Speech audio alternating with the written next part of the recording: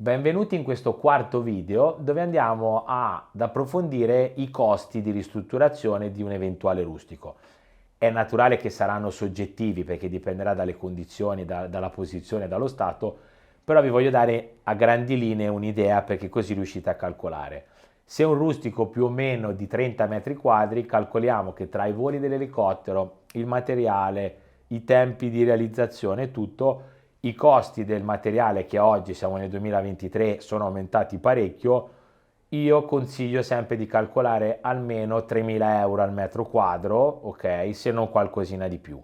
Dipende molto poi dalla parte statica, quindi strutturale dei lavori che dovremo andare ad affrontare, sperando che non ci siano da realizzare muri di contenimento, palificazione o micropali. Quelle sono calcoli a parte, dipende dalla relazione geologica che ci guiderà in questo iter, in questa avventura, chiamiamola così.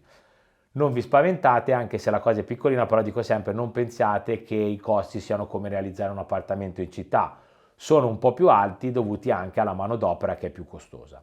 Per quanto riguarda la realizzazione dei muri in sasso, quindi muri a secco, che magari sono quelli che delimitano le varie piane dei terreni, i terrazzamenti, anche quelli dovete considerare che il costo del materiale per averlo in cantiere sono circa 90 euro più IVA a tonnellata per le big bag, che sono quei sacchi che l'elicottero porta, e poi lì calcolate la manodopera che siamo intorno ai 100 euro al metro quadro per quanto riguarda la posa dei muri, quindi anche quello va considerato.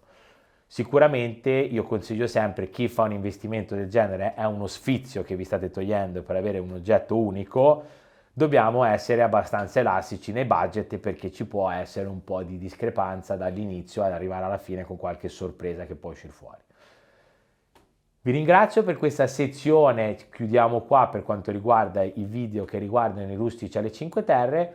Nella prossima sezione vi andrò a parlare di dove e come investire invece all'interno dei borghi se volete mettere a reddito il vostro immobile.